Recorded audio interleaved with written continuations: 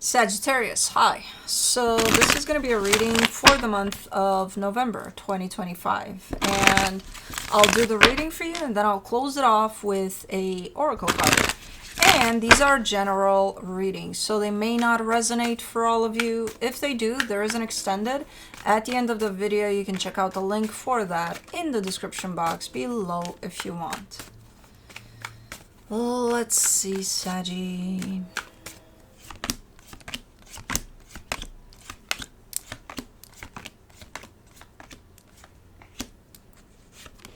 All right, the overall energy for the reading, the Seven of Cups.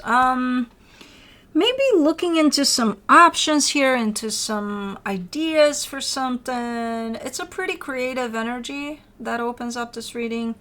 And in all honesty, for the most part in the reading, I'm getting a sense of creativity and healing, a lot of healing in the reading. So we'll see. We'll see what this is about. In the starting off the reading, you get the King of Pentacles crossed by the Five of Wands. Well, this has to do with your stability, and there's some disagreement there. Either you and you're disagreeing with yourself over something, or with others. Okay. In your focus, the King of Wands, you're kind of sticking to this energy of putting yourself first, and this energy of just self-love. By the looks of it, that's what you're doing with this one. So you might do a lot of things for yourself in this period of time that feel good to you. For the recent past, the Six of Cups, there's a soul connection that shows up in there. In your strength, the Star, yeah, you either are trying to figure out a goal that you want to pursue, or you've already figured it out, and this is your process to getting yourself up and going in that direction of this goal. In the immediate future, the Hermit, definitely going inward here, big time. For a little bit. Supporting this reading, the Ace of Swords. Yeah, the let's go and do, type of an energy, which I feel like it includes your goal that you're kind of swirling around right now. In the energy that is around you that you may not be aware of, the Judgment card. That's a very transformative energy. Maybe that's why I'm getting the sense of, like, there's such a sense of, even with energies like Five of Wands, Ace of Swords, and moving energies, or even at times heavy energies, and there's another heavy one that's coming up. I'm still getting a sense of peace and groundness to it.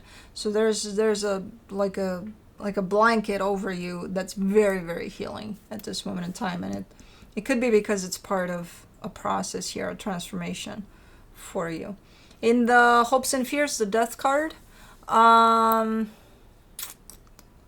that's where it is. It's like, are you ending something? Are you going through a loss? I don't know. We'll see. In the potential outcome, the Six of Swords. You're stepping away from something. Slowly but surely, you're stepping away from something here. Okay. Let's clarify. Let's do the Seven of Cups.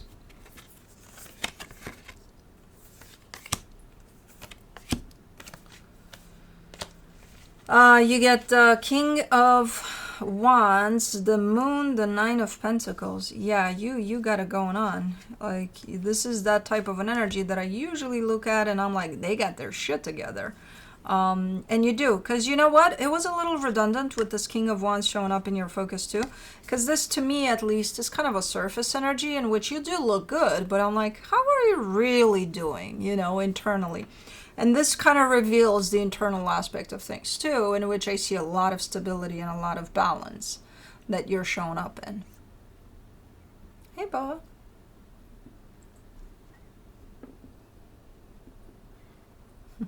Yeah, take your time, Felix. Yeah. Oh, no worries. We can wait.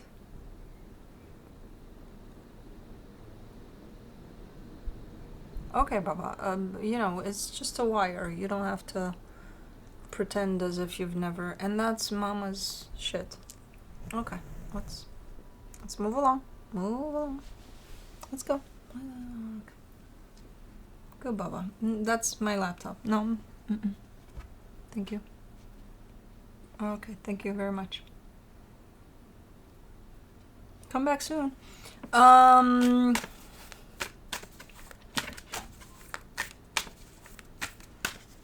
you're going to eat, of course. What else? Anyway, so yeah, you look stable there. It feels like, you know, even internally, there's a sense of steadiness, groundness, balance. For the King of Pentacles, you get the Knight of Swords, the Sun, the Two of Cups. Okay. So it could be other energies around you that you're not necessarily arguing with them, but you're definitely not seeing eye to eye. You may have an idea about where you see yourself or what you want for yourself for your own stability with this energy, and then there's others that are surrounding you that see something else for you or want something else for you. And it's kind of clashing there because it's like, you know, at the end of the day, all that matters is what you want for yourself, you know. But yeah, I don't know. Let me see the Five of Wands. You get the Emperor, the Page of Pentacles, the Three of Cups. And whoever this is that doesn't land with you necessarily on the same page, they do want what's best for you. What they're not realizing is that ultimately, by not agreeing with whatever you want to do for yourself, they're kind of telling you that you shouldn't do it that way. You know, you're wrong, basically. It's like, let's say, okay, they don't agree. But what if they start working on accepting it? You know, at least that way it's not going to show up as if they're telling you you're wrong. It's complicated because I see the intention that's coming from these energies that are coming in this Five of Wands energy with you. And it's like they do mean, you know, the best for you. They do want you to be surrounded in happiness, but they're not realizing they're implementing their vision upon you. You know, it's kind of creating a version of you just to satisfy where they stand or something. For the King of Wands, in your focus, you get the Knight of Wands, the Seven of Swords, the Six of Swords. It's kind of discouraging a little bit. It is affecting you, whatever this is. It is affecting you because it does look like it's kind of taking away from your energy. And it's making you either back away completely from these disagreements or whatever this is, or starting to walk away from your idea of where you want to be and what you want to do for yourself. So it is affecting you a little bit. Let's do the Six of Cups in the recent past. The High Priestess, the Nine of Swords, the Six of Cups. That's interesting. With this one, there's a recognition over a soul connection where you're telling me how important it is to you, that you recognize it as being an important experience in your life, but at the same time kind of telling me, and it's a pain in my ass or something like that. And I'm like, what do you mean it's a pain? Well, they're a pain. Okay.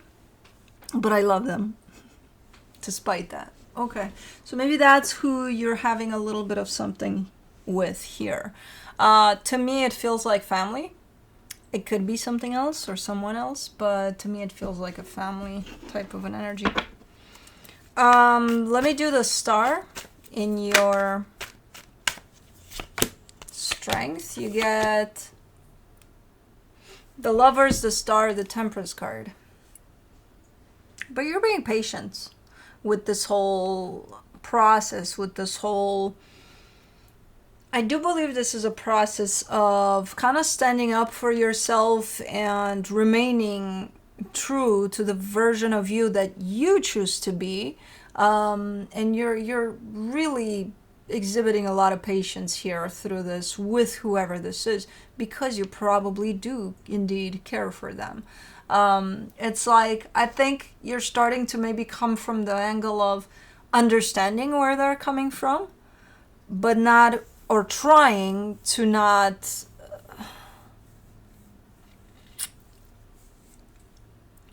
kind of fall under that energy of people pleaser, basically. I'll just do this because they are asking me to, and they would be so happy if I would do this for me, even though I'm not. No, I think you're trying to kind of stick to your guns here, and you're being super patient through this process of whatever the hell this is. But let's do the Hermit in the immediate future. The Seven of Pentacles, the Ten of Cups, the Two of Wands. Okay. You're definitely set on a path that leads to happiness and leads to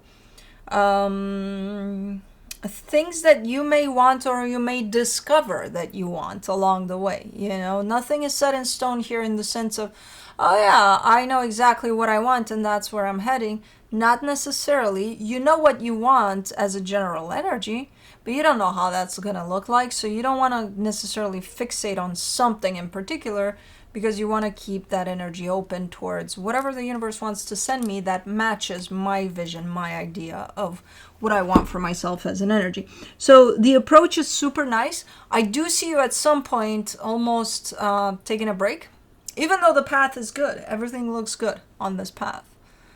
You're feeling it, like I'm on the right path here. But it does feel like you're taking a break or establishing yourself somewhere for a little bit. You know, if let's say this is a path of you traveling the world or something, at some point you choose a destination, you kind of go, you take your time with everything, but at some point you choose a destination and you're like, I'm going to sit around here for a little bit, you know? So you might stay at that spot for a little while longer because it probably feels right to you. Like everything around this energy feels good, including the break, the pause that you're taking. Let me do the Ace of Swords. Oh, wow. In the supportive energies, you get the Strength card, the Four of Wands, the Empress. I don't know what you're doing here. You are doing something that kind of shows the commitment to yourself, which is very interesting because I don't think I've ever really seen it put like that. In the sense of every time I see a commitment, I see another energy at the end of it, for the most part. But then this is strictly the commitment to yourself. So whatever it is that you're doing here is for you and for you only. Which is nice. It's nice. And I have no fucking clue what you're doing, but it feels good as an energy. Let me do the Judgment card in the hidden energies.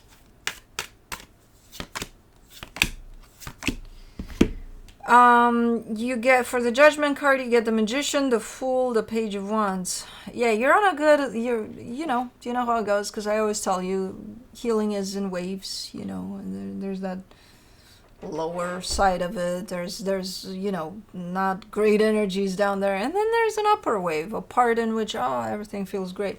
It looks like you're at the peak of a wave here, because the energy flows in such a nice way that it's not even funny here for you. It's like whatever it is that you're doing or whatever you're engaging with, no matter how new the energy is, there's a flow to it. There's a natural flow to it. Like there's almost no resistance at all on your part. It's just openness to how things are kind of coming in.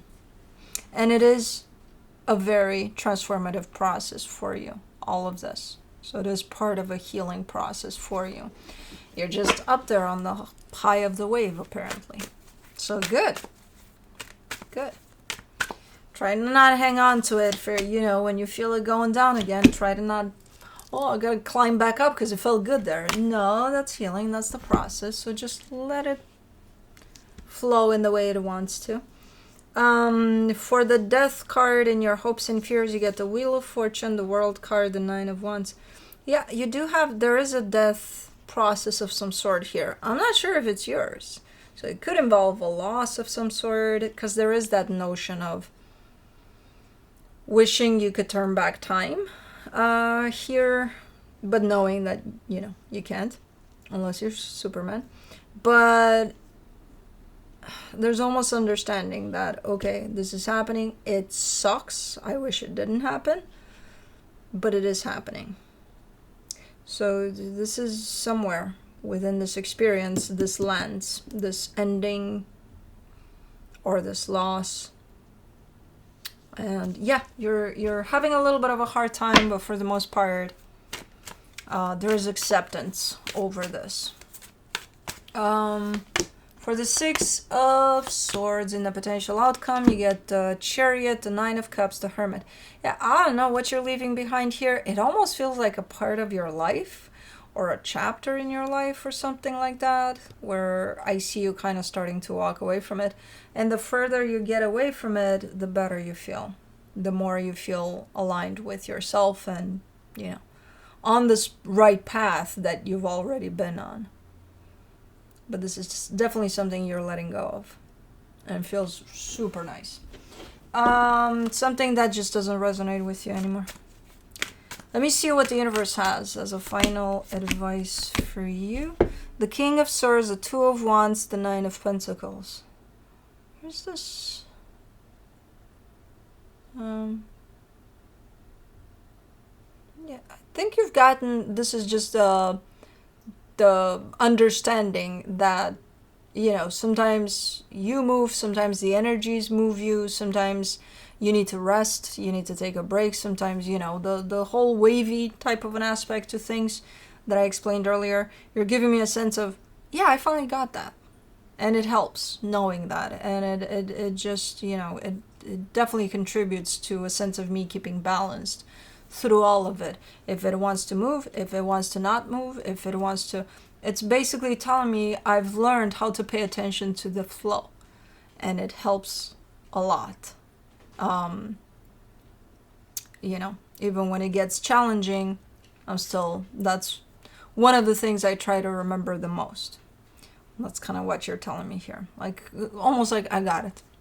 I'm good. I got it. Okay. Let's do Into the Lonely Woods. Oracle.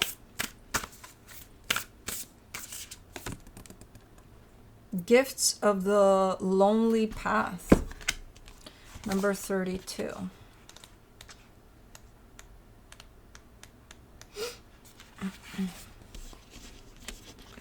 There will be times when the solitude feels blissful, the sensation of the air, the scent of the bud, the song of the bird, the wisdom of the trees, the knowledge of the steady earth beneath your feet. When you are so full of the song of the world, you become one with the rhapsody of life as your soul flows forth from the small space in which it was once contained. What once was a void has now become a world overflowing with delight and discovery. What once was darkness is now filled with stars. These precious insights may never have been seen or felt or understood had you not been in isolation for a time. There are gifts here on the lonely path. Receive them and make them yours. Cool. But that's what I have for you. Hope this helped, and I'll see you next time. Bye.